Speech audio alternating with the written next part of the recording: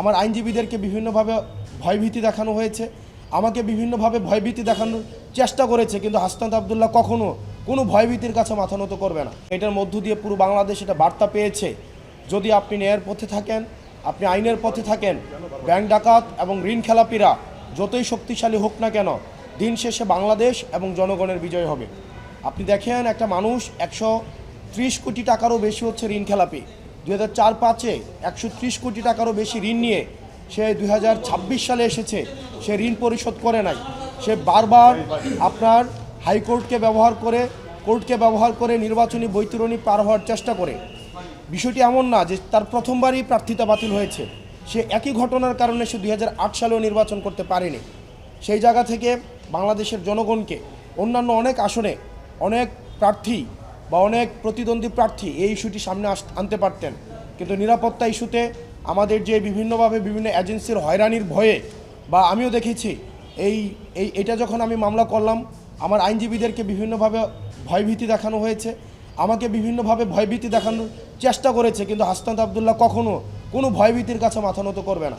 আমাদের এই যে লড়াইটা ছিল, এই লড়াইটা হচ্ছে এই ব্যাংক ডাকাতরা যারা লক্ষ লক্ষ কোটি টাকা বিদেশে পাচার করেছে, দেশের টাকা মেরে দিয়ে যারা জনগণের সেবা করতে আসে শুধুমাত্র নির্বাচনের সিজনে, তাদের কাছে আজকে একটি স্পষ্ট বার্তা গিয়েছে যে বাংলাদেশের জনগণ এখন জেগে উঠেছে, তারা সচেতন হয়েছে।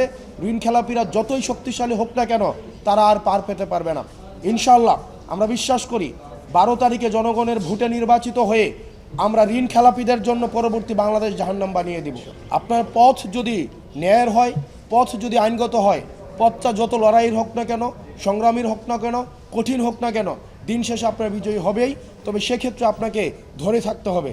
আর আপনারা আমার ওই আসনে আরও 4 জন প্রার্থী রয়েছে, এবং আপনি দেখেন এটা খুব সহজ একটা প্রক্রিয়া। আপনি নির্বাচনে অংশগ্রহণ করতে হলে এটা পরীক্ষার মতো, আপনাকে টেস্টে পাস করতে হবে, আপনার ফর্ম ফিল আপের টাকা দিতে হবে। আপনি টেস্টে পাস না করেন, ফর্ম ফিল আপের টাকা না দেন, আপনার তো পরীক্ষার মধ্যে তো আপনাকে আহ্বান করা হবে না।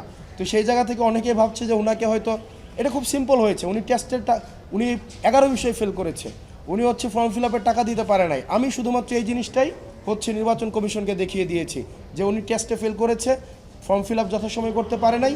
এখন এই কারণে ওনার প্রার্থিতা হচ্ছে আজকে এই যে মহামান্য হাইকোর্টের রায়ে আজকে এই জায়গায় এসে আপিল বিভাগের রায়ে আজকে এই জায়গায় এসে পৌঁছেছে।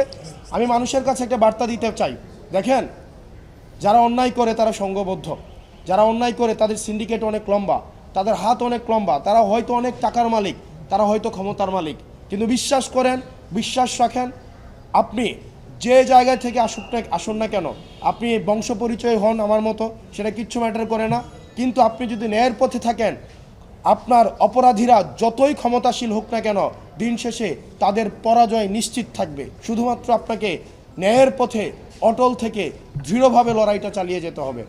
সারা বাংলাদেশের মানুষকে এই আহ্বানটা জানাবো, ঋণ খেলাপি, ব্যাংক ডাকাত, দুর্নীতিবাজ, চাঁদাবাজদের জন্য আমরা পরবর্তী বাংলাদেশ জাহান্নাম বানিয়ে দেবো ইনশাআল্লাহ। আমি আমার এই আইনজীবীদেরকে একটা পয়সা আমি দেই নাই, তারা শুধুমাত্র একটা নিপীড়িত এবং একটা ন্যায়ের পক্ষে তারা আজকে এই জায়গায় এসে দাঁড়িয়েছে। বাংলাদেশে এই আইনজীবীরা যারা এই মামলার পক্ষে ছিল, যারাই ছিলেন, তারা একজনও একটা পয়সা আমাদের কাছ থেকে নেননি। তারা শুধুমাত্র মজলুমের পক্ষে হয়ে জালিমের বিরুদ্ধে তারা লড়াই করে গিয়েছেন বিবেকের তাড়নায়।